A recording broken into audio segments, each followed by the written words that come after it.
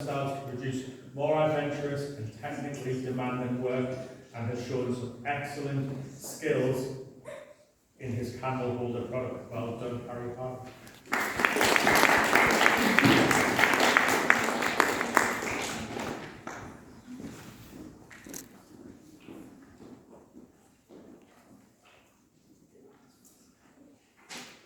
The Food Technology Award goes to the people who is always focused on producing a high level, high quality work themselves to the work, and is achieving incredibly high standards within their written work, and has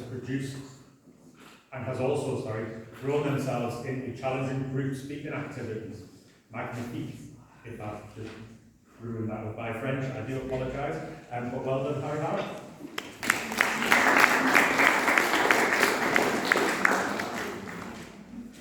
The Music Award goes to produce a fantastic explanation on how the world was created in the Yr8 topic of Does God Exist? And that goes to Harry Howard.